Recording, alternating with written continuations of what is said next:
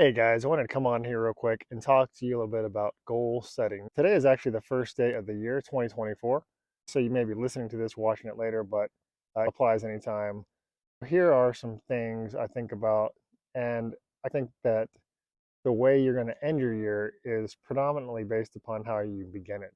Before you even set the goals for this new year, it is really helpful to look at how you did last year.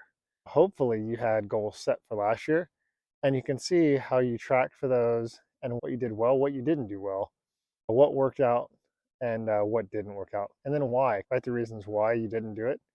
Because otherwise, you're not really taking a good analysis of your life. So you can do this from a personal standpoint, a business standpoint. It's really beneficial to look at it no matter what level you are in the game. When I said the game of life, the game of business, whether you're in a business or not, it's important to look at goals for any aspect of your life. Otherwise, you're really just drifting. You're drifting through life if you don't have goals because you really don't know what you accomplished previously up to this point and what your plan is going forward. A couple things I want to mention is that a lot of people have several fears about goal setting and achievement. A lot of people have the fear of failure. You might be afraid of failing, right? Some people have the fear of success. This sounds strange, but what happens when you actually achieve those goals? How is it going to change you? And it's good to recognize that. And one way to get over both of those fears is by being around people who can help you, being around people who are farther along in the journey than you, who can help you see what the possibilities are, that it's not that bad of failing or succeeding. And here's the thing, guys, if you're not failing, you're not really trying. I think in order to succeed, sometimes you do need to fail and you do need to take those risks because otherwise you don't know what's going to happen. So, talking about goals here, real quick, I want you to think about what you could have, what you want. So, from a personal standpoint, from a business standpoint, what is the biggest thing you possibly want? What is the biggest thing you want for your life? This is most likely going to take much more than a year, but it helps to have that in mind to track and plan for earlier stages in your life. But what if you could do anything at all, what would it be? So, as far as personal achievement, business, professional achievement, think about those things, write those things down, spend some time writing those down. That's going to help frame your year, your life.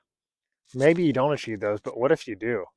It's amazing to look back on goals that I've set in my life and see things that I actually accomplished, that I had written down, I had thought about, and I had focused on so hard to go for, and I got it.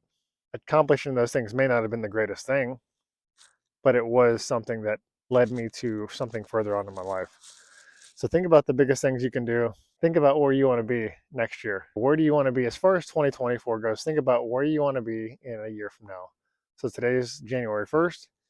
If you're listening to this later, just think about where you want to be in a month, a year from that point, or the end of the year, wherever you're listening to it. Where would you like to be as far as your personal life and your business life?